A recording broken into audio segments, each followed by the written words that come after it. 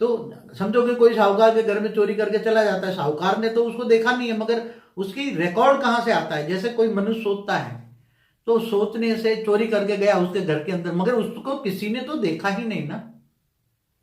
चोर को देखे नहीं, उसका मुंह भी बंधा था और चोरी करके भाग गया, और बहुत बड़े जेवर ले गए, ये ले गया, तो उसके चक्रवृद्धि ब्याज के साथ उसको वापस देना है ना, उसको वो चोर चोर को वापस देना है ना, थियरी ऑफ कर्म के हिसाब से। थियरी ऑफ कर्म। अब वो बहुत बड़ा चोर था, तो बहुत बड़ा चोर था, तो ये एक बार डाका डालने वाला राजा बन गया, छोटा राजा से बड़ी बड़ी, क्योंकि उसके अंदर तो हिंसा करना आम बात हो गई ना। तो एक छोटा राजा के यहाँ कोई कर्म बंधन से आ गया, फिर उसने लड़ाई कर करके बड़ा राजा बन गया। बड़ा राजा करके जो जहां जहां भी उसने डाके डाले उनको वापस तो करना ही है ना उसको।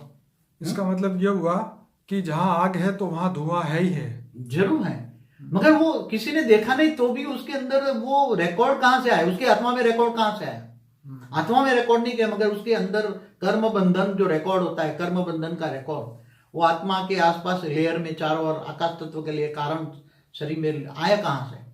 तो जब वो आत्मा चोरी करने जाती है, तो उसके मन के अंदर से जो मन के तरंग निकलते हैं ना, जैसे आज साइंस के भाषा में कहे तो इलेक्ट्रोमैग्नेटिक वेव्स, जिसके घर में वो चोरी करने गया, डाका डालने का प्लान बनाया, तो उसके इलेक्ट्रोमैग्नेटिक वेव तो जो जहां भी आत्मा जाती है उसके चारों ओर फैल जाते हैं ना। अब जिसके घर में गया तो उसको ऑटोमेटिक इलेक्ट्रोमैग्नेटिक वेव्स उसके घर में चारों ओर फैल जाएंगे ना। और वो जिसके यहाँ गया है तो उसके सूक्ष्म शरीर में भी वो रिकॉर्ड इलेक्ट्रोमैग्नेटिक वेव उसके सूक्ष्म शरीर के होकर कारण शरीर में आ जाएगा, रिकॉर्ड हो जाएगा ना।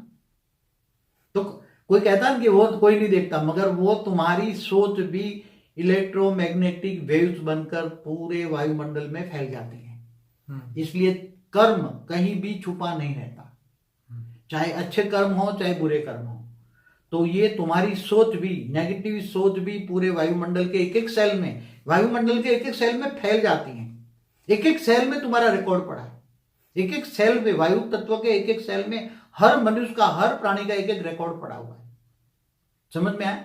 इसलिए कोई सोचे कि हाँ उसने तो मुझे चोरी करते हुए नहीं देखा, मगर चोरी का रिकॉर्ड तो उसकी सूक्ष्म शरीर से होकर कारण शरीर में रिकॉर्ड हो गया, और समय आने पर वो कारण शरीर में रिकॉर्ड हुई की चीज उसको वापस मिलनी है।